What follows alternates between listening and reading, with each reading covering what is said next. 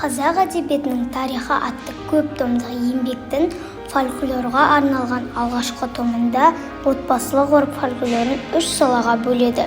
Олар үйлену ғұрып фольклоры, балалар фольклоры, жерлеу дәстүріне қатысты фольклор. Осының ішіндегі үйлену жырларында жиі қолданылатын түс ақ түс.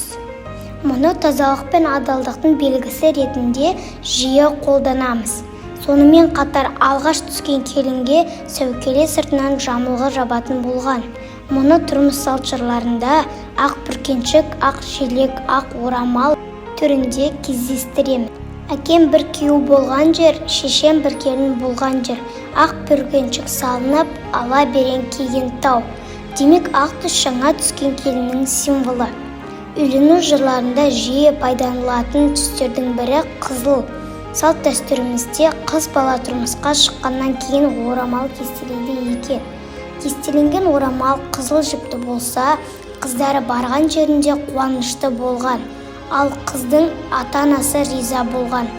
Ал сары жіппен кестеленген орамал уайым қайғыны бейнелеп, қыздың ата-анасын, ел жұртын сағынып жүргенін білдірген.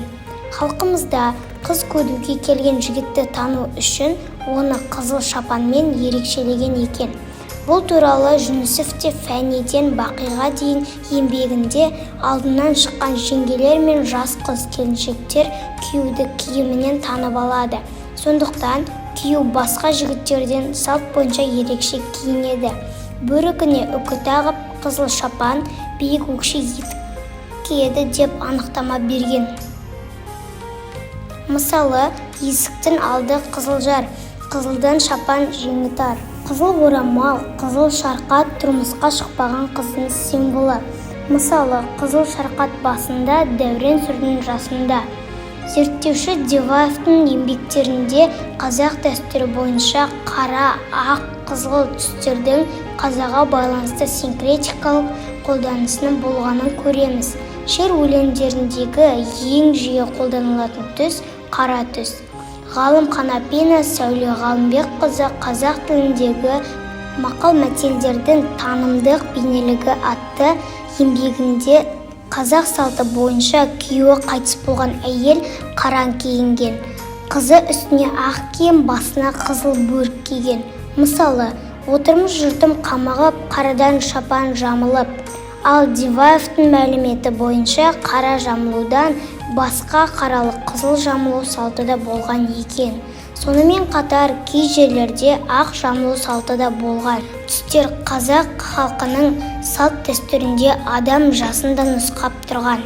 Отбасыда жас бала дүние салса, киіз үйге қызыл түсті ту тігілген. Орта жастағы адам болса, қара түсті және үлкен жастағы адам болса, ақ түсті ту тігілген екен. Сары орамал басымда, еркелеп өстім жасымда. Бұл жерде сары жаулық дәстүрі туралы айтылған. Барымтада қайтыс болған ер адамның әйеліне сары орамал берген. Бұл күйеуінің құнын төлейміз дегені.